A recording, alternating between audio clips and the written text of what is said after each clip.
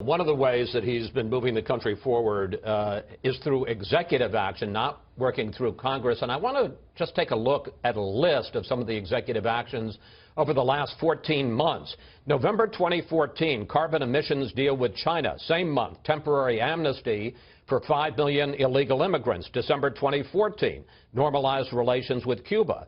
July 2015, Iran nuclear deal. December 2015, Paris climate deal. This week, tighten gun controls.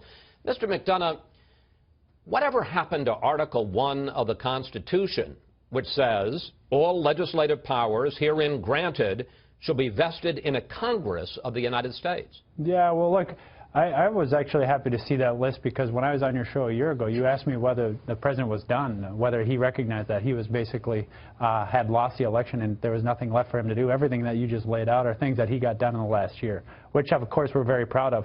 Most particularly this climate deal, which will protect this country, and there's people for decades to come, and the Iran nuclear deal, by the way, which fulfills his promise to not let Iran get a nuclear weapon. But he did it on his own. He didn't do what the Constitution says, which is observe Article 1, that all those legislative powers reside in the Congress. So let me come back to Article 1 in a second, and particularly the war power, which is something that we hope the Congress will take up. I'd like to talk just generally about legislative power. Sure, and absolutely. And then we just completed a deal, which I talked about a second ago, a budget deal which allows us to invest $50 billion above what Congress wanted to do in things like middle-class prosperity, middle-class economics, and our national security priorities. We got a tax extenders deal with Congress because we wanted to make sure that's invested in middle-class families. My question. And they had an opportunity there, if they wanted to exercise under their Article 1 priorities and powers, whether they wanted to be heard on any of these questions. They decided they didn't.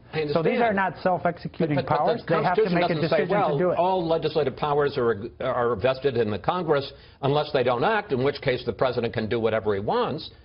It doesn't say that. Well, look, let's take the guns announcement from earlier this week.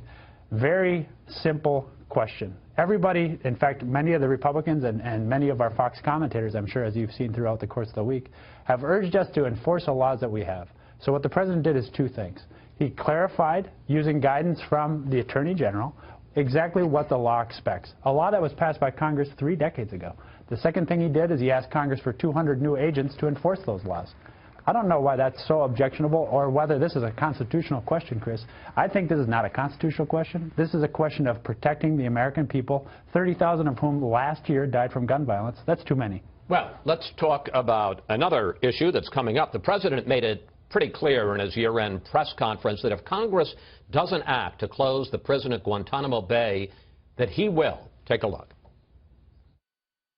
We will wait until Congress has definitively said no to a well-thought-out plan with numbers attached to it before we say anything definitive about my executive authority here.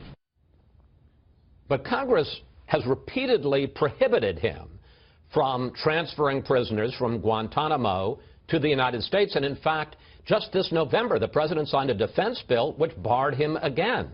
Question, why isn't that the end of the argument? Maybe you and I just watched a different clip. What the president just said is he's going to work with Congress, present them a plan to close it, and then he'll make some final determinations. So I don't know if you and I watched something different, Chris, but let me be clear.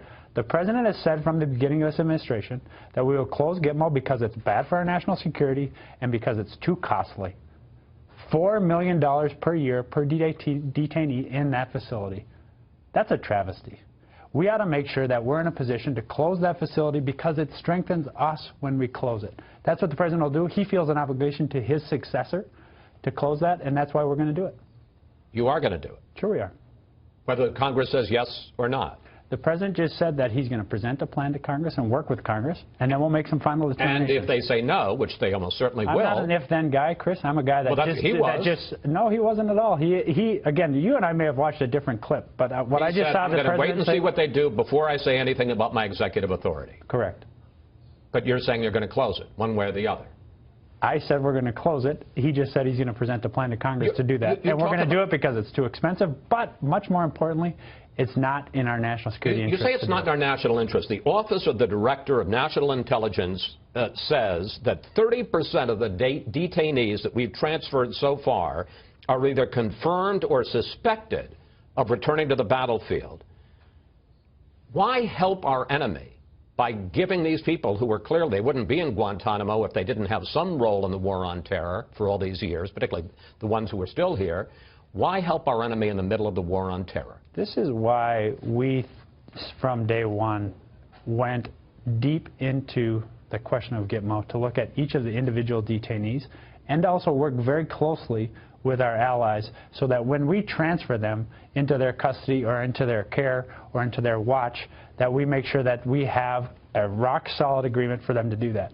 Those 30%, Chris, go back to the start of this, which the overwhelming majority of them transferred under the previous administration with insufficient protections. That's why we changed the policy. That's why we changed how we handle them, and that's why that number has gotten better under this administration. None of the ones you've released have gone back? I didn't say that none of the ones that we have released. I've said that we do this with considerable care, pursuant to arrangements with our allies to ensure that they are kept out of that fight, and that's exactly what we're going to do. You had a huge fight with the previous Defense Secretary, Chuck Hagel, who said that you were pushing him to release people he wasn't comfortable releasing.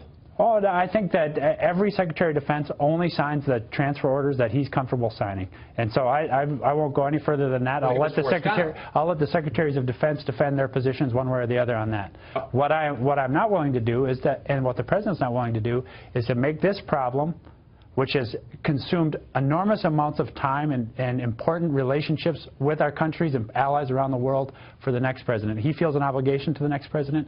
He will fix this so that they don't have to be confronted with the same set of challenges.